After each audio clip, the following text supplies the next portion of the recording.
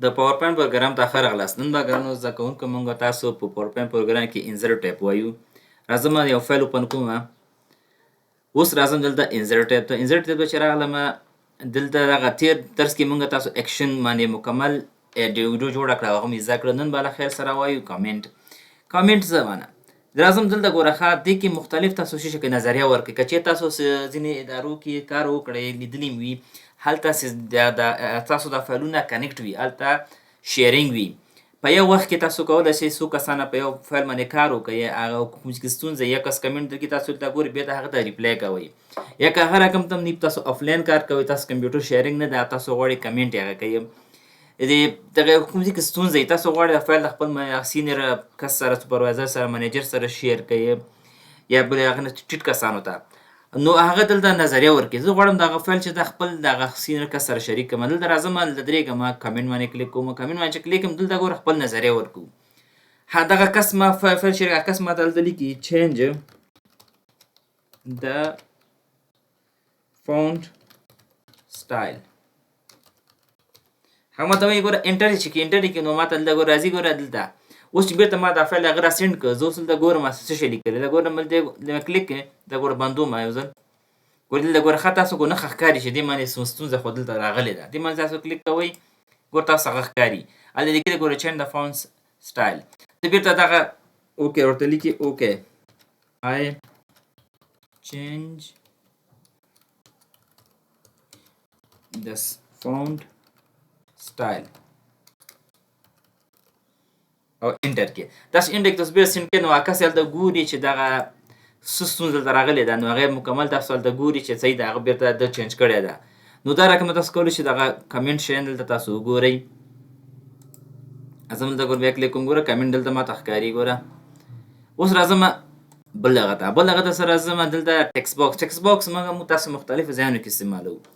دلته موږ تاسو راځم ګوره دلته د بل سره باندې درېږم، دا مختلف یوزج لري. دغه موږ تاسو کولی شو خپل هغه خط تقسیم کو په څو برخو باندې، یا ځینې ځایونو کې وړوکي وړوکي شیان ورته جوړو. مختلف تاسو یوزج استعمالولی شئ. ټیکس باکس باندې ما کلیک، دلته ګوره وړوکی غوندې لیکي دا رقم ته، دا لیکي فیموس.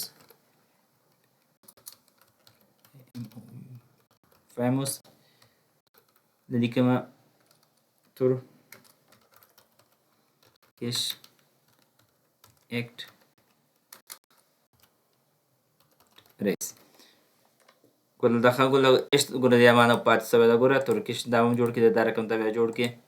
ګوره دا رقم ته دا اوس ما دا رقم ته کش. ګوره دا رقم ته ګوره تاسو کولی شئ دغه چین تاسو هر چېرته دا ویسئ. ګوره هر خواته یې وړئ، تاسو هر چېرته ګوره یعنې ټیکس باکس یو هغه دغه ده. بل چې هر وخت تاسو ټیکس باکس اوپن کوئ، نو دلته ګوره ټیکس باکس د شیپ هم کېږي. نو هغه د شیپ او پکچر کې موږ تاسو لوستلي ول که نه، هغه مختلف هغه ټول اپشن تاسو دلته یوز کولی هم شئ. راځئ ګوره دلته ګوره دلته ورته دې کې ورته دغه شیپ کې ګوره مختلف تاسو کولی شئ دغه شیپ فارمیټ دې کې ټول هغه تاسو راولئ. ګوره دا رقم ته ګوره دغه چینج را چینج کېږي. راځئ رنګ ورکوئ، دا رقم رنګ آوټلاین ورکوو. مختلف ټول هغه اړتیا نشته زه بیا تاسو تکرار کوم، ځکه چې موږ تاسو مخکې یو ځل ویلي ولو. نو تاسو ټول هغه شیپ دغه ډیزاین هر څه ګوره هماغه د ټیکس د هغه ول د شیپ ول د پکچر ټول هغه دلته اپلای کولی شئ. بل چې دا ټیکس باکس موږ بل څه شی کوو، راځم دلته دې لاندې درېږم، دلته یو بل هغه سلایډ اضافه کوم. راځم انزرټ ته، انزرټ کې دلته درېږم، دلته یو نوی بلینک سلایډ اخلم. دلته زه غواړم د خپل خط چې دا ګوره دلته تقسیم کړم. نو راځم دلته انزرټ ته، دلته راځي لیکم ټیکس باکس. ټیکس باکس باندې چې کلیک ګوره دا رقم ته خط د خپلې خوښې تقسیمولی شئ. تاسو دا هم چې جوړ کړو از ایکوال آر این ډي، ورته مې یو پاراګراف ما دغه کا انټر مې کړ. ګوره بیا راځم نور لیکل کوم، بیا راځم ټیکس باکس ته، بیا راځم ګوره دا رقم ته لیکم از ایکوال آر این ډي، ورته مې یو پاراګراف. ګوره مختلف خط تاسو یې کې تقسیمولی شئ. دا هم ګوره وکړو. بیا راځم دلته بل هغه اخلم، نوی ټیکس باکس از ایکوال آر این ډي، ورته یو پاراګراف. ګوره د یو خط مونږ څومره ځای ګوره تقسیم کړو. دا راځم دا رقم ته کولی شئ بیا دلته راسئ، دلته ټیکس باکس دلته دې کې یو بل هم خط هم واخلئ. دا رقم ته د لیکم نوټ، بیا لیکم internal لیکمه is equal nd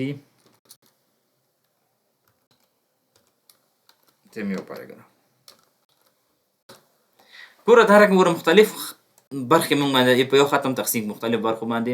اوس راځم دې ته انیمیشن اخله. نور ټایم دغه دا رقم انیمیشن ورکه، دې ته ورته وایم دا رقم ته انیمیشن ورکه، بلکې ونه درېدمه، دې ته ورته وایم دا رقم ته هغه دې ورته وایم درې. ګوره ختم په څو برخه او څو انیمیشن مونږ یو خط ته ورکولی سو.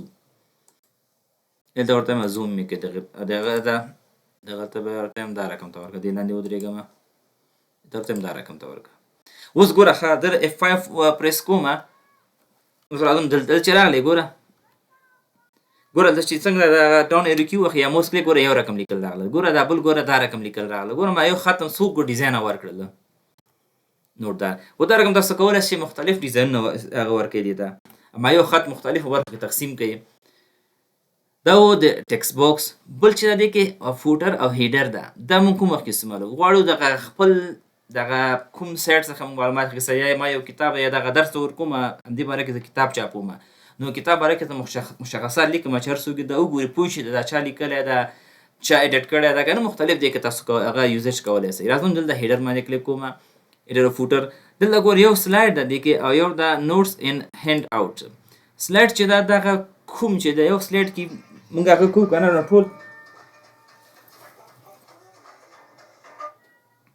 سلایډ چې ده دغه ټول هغه چې ده دغه یو هغه کې مونږ تاسو تغییرات پکې راوستلی شو. زه غواړم دغه سلایډ کې چې زه هغې نو د په سلایډ په کلیک او که چېرته مکمل پیج کې تاسو تغییرات راولي بیا به په نوټ او هینډ آوټ باندې کلیک کړئ. راځم سلایډ باندې. دلته چې راځي ګوره ښه دلته اول شی ده ډیټ اینډ ټایم، دې باندې کلیک کوم نو دا څه شی کې سیسټم کې چې کوم ډیټ وي هغه راکوي مونږ ته. ګوره اتومات ګوره دلته دغه سلایډ دغه آپشن هم ګوره دلته ګوره دغه ځای ګوره تور سو، یعنې دغه ځای کې تغییرات راځي. دا چې کوم ورځ تاریخ هماغه ورځ تاریخ ته راولي سیسټم کې. او دې کې یو دا چې دا تاسو که چېرته سبا ته دا غواړئ پرنټ یې کوي نو بیا د سبا ورځ راولي. که یو میاشت وروسته پرنټ کړي نو د یو میاشت وروسته څنګه پرنټ باندې کلیک کړئ د یو میاشت وروسته ما کوم نیټه وي هماغه ورځ تاسو ته پرنټ کېږي او دا پرې راځي. بل دې کې چې دا دې کې تاسو کولی شئ مختلف فارمیټ کوم فارمیټ تاسو غواړئ دې کې هغه پرنټ یې کوي. ګوره مختلف شکلونه دي، که دې رقم شکل پرنټ کوي او دا رقم ته هم کېږي. زه ورته یو چې د اپلای ده، اپلای چې دا یو سلایډ باندې کار کوي، همدا یو کوم سلایډ کې چې زه ولاړ یم همدې سلایډ ته دغه ډیټ ان ټایم ورکوي. زه ورته وایم نه اپلای ټو آل ټولو باندې که اپلای ټو آل چې کوي. اوس که چېرته تاسو دلته کنټرول پی له کیبورډ څخه ووهئ او دلته ورته سلایډ کې دلته ورته واخلئ دا په یو سلایډ کې ګوره ښه دا ګوره ښکاري ګوره تاسو ته ځکه همد یو سلایډ کې ده که نه. زه راځم ګوره دلته بل سلایډ اخلم چې بل سلایډ دلته تاسو اخلئ بل سلایډ هم درته داسې ښکاري. ګوره دلته تاسو ښکاري کیبورډ څخه هم تاسو که پرنټ ټي وي کې هم تاسو دې څخه هم تاسو لیدلی شئ. بیا راځم زه ورته وایم بیا راځم دلته هیډر فوټر ته بیا ځم. دلته بیا سلایډ کې چې دا دلته ګوره ښه که چېرې تاسو هجري معلوموئ هجري هغه دا رقم ګوره کلیک کړئ دلته ګوره هجري تاریخ هم راځي، هجري قمري غواړئ هجري قمري درته راولي. دا قمري سو دا ګوره هجري سو دا مختلف تم دا تاسو کولی هجري قمري هم پرې راولئ. زه راځم ورته نه ورته وایم دا انګلیش صحیح ده. بل چې دی چې دا فکس ده، فکس چې دا ګوره دغه دا چې دا زه کلیک کوم نو ګوره اپډیټ ګوره خلاص دې باندې خپله خوښې نیټه موږ لیکو او دا نیټه چې دا چینج کېږي نه. زه نن ورځې دغه باندې کار کوم د نن ورځې نیټه پرې لیکم نو دغه د نن ورځې نیټه موږ ته راخلي. مثال که چې هر وخت موږ تاسو یو میاشت وروسته هم پرنټ کوو دا د نن ورځې کوم تاریخ چې ما لیکلی دا هماغه تاریخ راولي. دلته ګوره راځم دا ګوره دلته درېږم دا ټول زه پاکوم دلته خپل خوښ تاریخ لیکم. مثلا زه لیکم دې کې شلم دی اکتوبر 2016 کال. دا زه اپلای ټو آل کوم.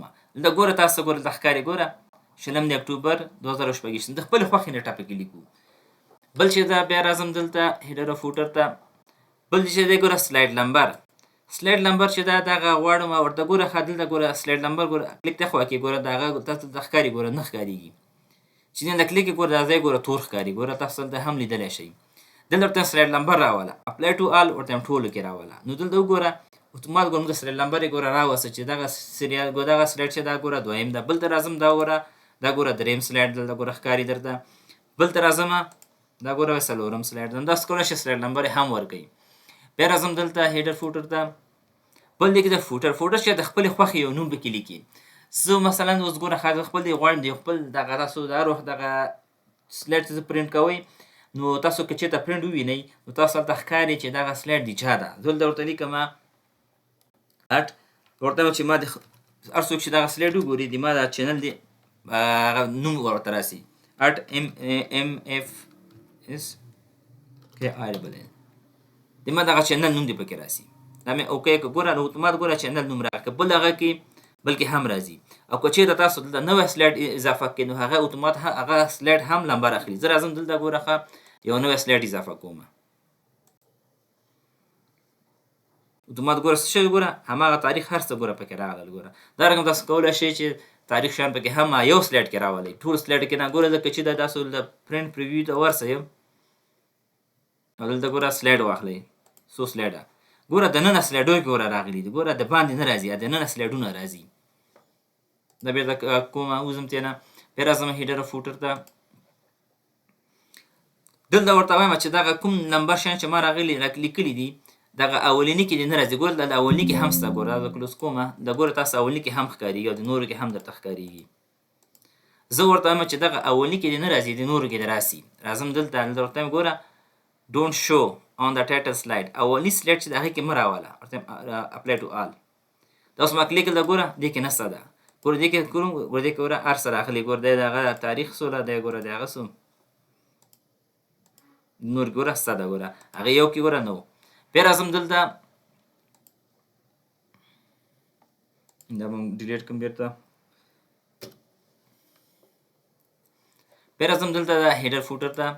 دلته چې ګوره ښه دا هر څه ګوره وکړله بل چې دا دغه نوټس او هین اوټ چې ده دغه څه شی کې دا مکمل پیج کې راولي چې یو پیج چې دا ګوره مکمل ګوره صفحه یې ورته ګوره سلایډونه هم درته راوستل. ګوره دلته زه ډیټ باندې ګوره کلیک کړم ګوره د ډیټ هغه موږ ته راځي ګوره دا رقم ته ګورې دا رقم ډیټ تاسو آپشن درکوي. دوی غواړي دې کې هغه ورکړې که نه زه ورته وایم دې کې ورته هیډر ورته وایم هیډر هم ورکړه. هیډر څه شی ورکړه دلته لیکم ورته لیکم پاور پوینټ لیکم پاور پوینټ 2020 هیډر چې دا ګوره پورته دی هغه کې راځي اپلای ټو آل په ټولو کې راسي. اوس که چېرته زه کنټرول پی ووهم د کیبورډ څخه تاسو ګوره وویل دا ګوره پاور پوینټ 2020 ګوره نوم یې ګوره راغی دا ګوره سلایډ نه ګوره د باندې ده. بېرته بیک وهمه بیا راځم دلته هیډر او فوټر ته ګوره دا هماغه یو شی ټول اپشن یو شی خو دا صرف پیج باندې اپلای کېږي دغه نوټسو او دا سلایډ چې سلایډ باندې کېږي. پیج نمبر هم ورکړئ ګوره دلته ګوره ودرېږه ګوره ښه پیج نمبر هم ورته هم ورکړه هم سلایډ نمبر هم پیج نمبر څه ګوره. بیا کنټرول پی وخمه دلته ګوره ښه ګوره پیج نمبر هم ګوره دلته ورکړلې. راځم بیا هیډر فوټر ته ورته وایم دغه سلایډ نمبر ته لرې که دام ته لرې ګوره ټول ته لرې کومه بیا د پیج کې دې راسي ګوره دلته بیل شو بس کنټرول پی چې وزه ووهم زه کیبورډ څخه نو ګوره دلته ګوره هېڅ هغه رانه ګوته نه ګوره بیا چې څه شي ته راغلل ګوره په دې هغه کې راغلل ګوره پیج کې راغلل. بیا بیک وخمه نو دا رقم کولی شي تاسو مکمل تغییرات دلته راولئ په دې هغه کې. پیج نمبر دې ورته هم نه راځي. فوټر چې دا ګوره فوټر ته د هغه پیج ګوره د سلایډ بیخ ته ګوره ودې کلیک لرې کومه ګوره دلته تاسو هم لیدلی هم شئ ګوره دلته ګوره دغه سپین ده که نه دې باندې زه کلیک کومه نو دا ګوره رنګ یې اخلي دلته یعنې دلته هغه راځي لیکل راځي. دلته لیکي څه شی لیکي هر شی لیکل تاسو وغواړئ هغه لیکل دلته اول کې دلته ولیکه DIT class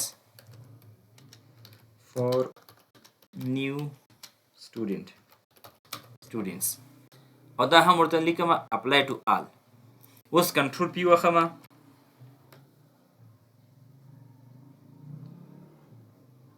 دلته ګوره څو سلایډ چې واخلئ ګوره ورته لیکم ورته هم دا دومره سلایډونه واخله. نه پوهېږم هغه سیسټم کې ستونزه راغله لکه دغلته هیډر فوټر چې ده دغلته راځي ښه لکه پورته د هیډر چې ده ګوره هلته دا ګوره د هغې عنوان راځي که نه او دغلته بیا هغه راځي. تاسو خپله په خپل سیسټم کې چک کړئ که چې ستونزه ما ته میسج وکړئ. نو دا زموږ تاسو نن ورځې درس که چېرته تاسو دغه درس څخه څه شی زده کړي وي نو ویډیو له وړاندې مخکې ملګرو سره شیر کړئ زموږ چینل ځان سره سبسکرایب کړئ. باقي مې په لوی الله پاک سپارو ښه وخت ولرئ.